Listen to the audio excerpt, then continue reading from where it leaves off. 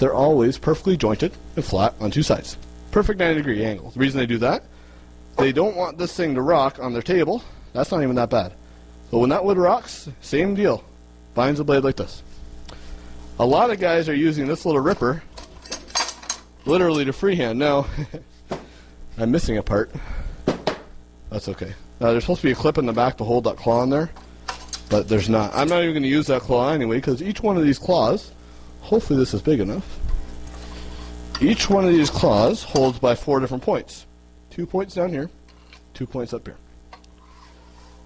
It does a really good job of holding unusual shapes, even with just one claw. Now, this is right on the verge of needing the height extension.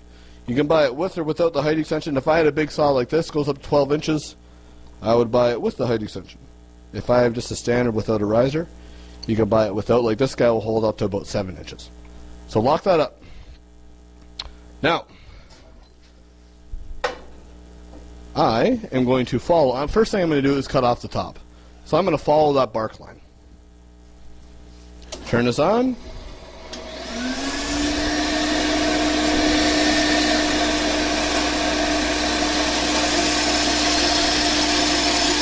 So this is going to be the top of my bowl.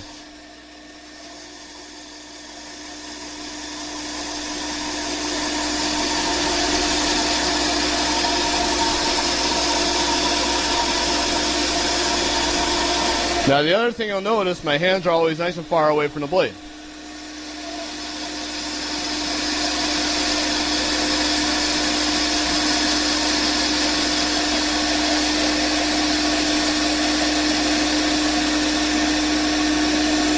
So that's the top. Now, to get the bottom of my bowl, I got a couple options. Either I could throw this guy back on there and cut it off perfectly straight. If I was selling the bowl, that's what I would do. But since I'm just going to give this away to somebody, I don't really care. So I'm just going to lop it off. Right there, let's say.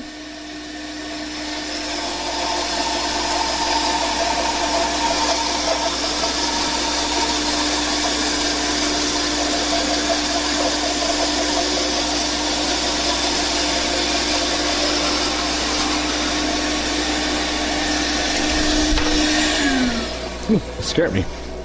That right there is the bottom of my bowl. Now the interesting thing is, now I don't want you guys to think that I think that this bowl is better than what you guys do. This is absolutely not.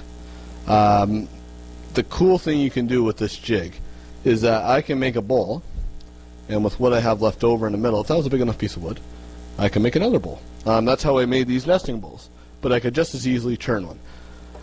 The other thing I can do, with wood that's not very nice, with wood like, well, how bad is this? This isn't even that bad. It's a little hunk of pine, but if it's got cracks in it, sometimes that can be hard to turn. It may explode. There's no problem cutting that at all in the bandsaw. The other thing is, if the wood is very, very dry, I can, again, easily cut it on a bandsaw. It's not going to make a difference. So with wood that I don't want to turn, I can still make a bowl out of it. And this right here, I got a little hole in the middle. That's where I could turn a little knob there, or I could just pop a little acorn in there or something. And that would be my knob. So that is the top of my bowl. So that's a live edge top bowl with a top. That didn't make any sense. That's okay. So there's my bowl. Now, I live very close to Niagara Falls. You guys know that. We're down in Niagara. I sell these things to a little boutique shop. I get like $35 for that thing right there. Now, that doesn't seem like very much, and it's not. Where you guys, you make a similar bowl of that because of the time it takes. You have to get a lot of money for it to make money at it. But this, with your crappy wood, you can still make money on crappy wood, and it's cheap. It's simple. It takes maybe 5 minutes to make that thing. Now, as far as the pricing is, I don't even really 100% know.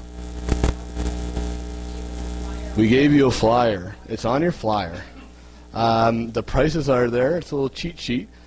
The other thing I want to talk about is, well, I already talked about it. I want to show you the sanding swirls and the cup mop. So, oh, I can use my drill, I guess. Doesn't really matter. But the way these things work, oh, I lost my discs. I got my little one here. That'll be fine. The other neat thing about them, the sandpaper on them, yeah. Want me to talk? The interesting thing about these sanding swirls as well, I'll show you what they do here. When I put these on, because of the way they attach, they're on a spiral here. I basically get, out of one piece of sandpaper, 2 refills. And that also means you can go either direction, so if you are reverse sanding on the lathe, you can do that too. But just put these on, just like that. You can put whatever grit you want on these fellas, and you'll still be able to sand it.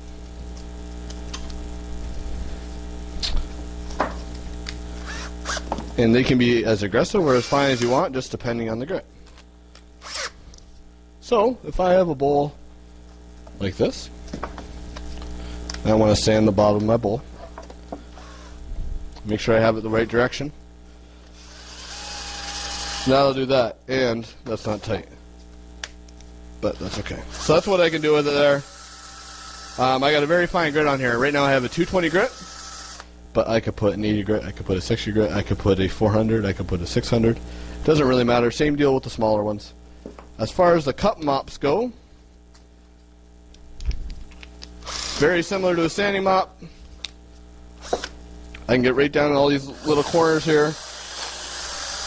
Depending on the grit, they can be as aggressive or as fine as you want. But they're very flexible, and I can sand with the face. These things are only 20 bucks. The sanding swirls are like 25-ish for the little ones, 28-ish for the big ones. I don't know. The other thing I wanted to mention is, well, I didn't want to mention, I was told to mention it. The Woodline turning tools. Well, the problem is we had it at Woodstock, so we were carrying the full setup of Woodline turning tools. Our stock is very limited now, but basically the lowdown on these, they're kind of middle of the road. The prices on them are very good. They're made out of M2 high-speed steel. The grinds on them aren't the greatest, but you can do whatever you want on it. If you want it, they come standard with a straight grind. You can do a fingernail grind on there. You can do whatever you want. That's how they come. But the price, the quality of the steel is really good. Nice long handles on them, and they're priced really well. We also sell swan neck. I don't know if that's the technical term for them. That's what I call them. The swan neck turning tools for doing the inside lip of bowls. We have all of them as well. What am I missing, Kate? T-shirts. And apparently, whoever buys these or has bought these gets a free T-shirt as well. Is that everything? Pardon? Am I supposed to give out T-shirts? What are T-shirts? Holy smokes! What size are these? These small? Who got? You got one. Who else got one of these things? Oh, sorry, that's terrible. Right there. There it is. Comes with the fiber. If you guys have any questions on anything, Longworth, thank you. This is a Longworth chuck. A lot of you guys have seen, well, a lot of you guys probably own coal jaws. A lot of you guys have seen plans where you can make a similar version to this. The way this thing works is pretty straightforward. The nice thing about it, slides really easy. It goes in any 4-jaw chuck. It's made out of a heavy-duty phenolic. If you get the bigger diameter ones, they're about twice as thick, and they got twice as many nubs, but they're also a lot more expensive. They go down to 10 inch to 24 inch. The way it works, you got your bowl, you want to do the bottom, you go like that. Got little wing nuts on the back, so these little urethane stopper fellas here, I'm not good at the technical terms, I don't know the Latin terms. The doohickeys here, they tighten with the wing nut in the back.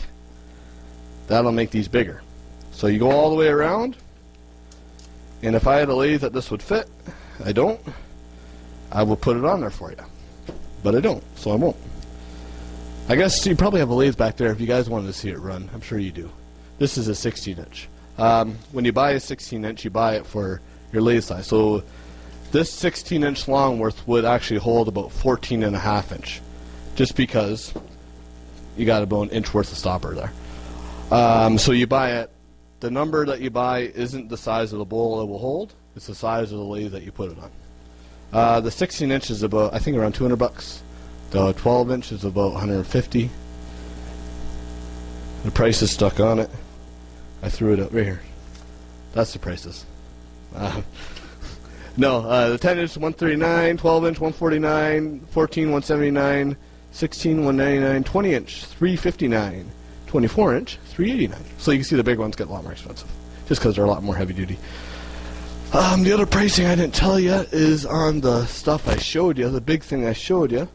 These guys, these sliding tracks, this guy here, comes in either kit. The nice thing about these, when you're done with it, you hang it on your wall. If you have a rail for your fence on there, you don't have to take it off. It'll go over top whatever size table you want. It'll literally fit any size saw on the market, just kind of like a saddle. Just like that. Now, the way we designed is aluminum extrusion. You see I got a couple of dovetailed slots there. I didn't bring any, but I can add extensions to this. I can literally make this track as long as I want. So we sell a package that's actually on your little brochure thing. That is a sawmill. We call it a sawmill. It'll hold 8 feet long, 14-inch diameter. So it's pretty nice. The track with the little ripper, the basic setup, $329. We have one here with the height extension. If I have a bigger saw, it's $20 more. The round ripper, this guy here, $359. Or I can buy the round ripper, the little ripper, the height extension, the table, everything I showed you, $379. I meant to say $479.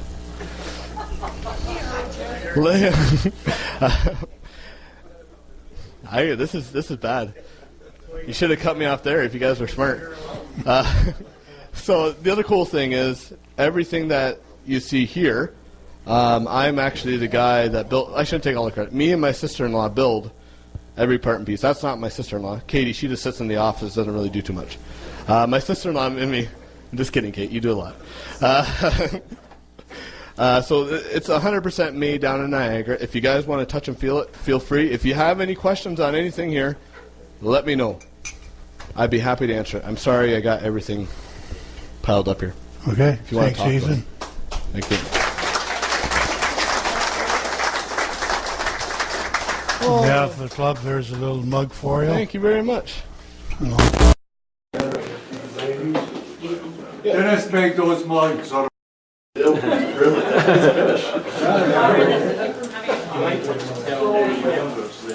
email that sent out to all of us, the link to the name of your company. Within that is a link to that video. Yes. So the email that you guys were sent has a link to our website, I guess? Yeah, and inside that is a video link. And that video, yeah. Extension. And there's a video of probably the sawmill setup that I have. So if you guys want to see the sawmill in action, there's a video on the email that you guys got of the big one set. It works the exact same way, exact same process, but just a lot bigger. And to support the tracks use of Just a couple of announcements and then we'll break and you guys can wander around. No meeting next Monday, and the next one is October the 20th, and Mike's doing a bandsaw demo on that night, so if you're interested in that. So we'll run the 50-50. Keep your tickets because we're going to raffle these 2 pieces of blackwood. If you're not interested,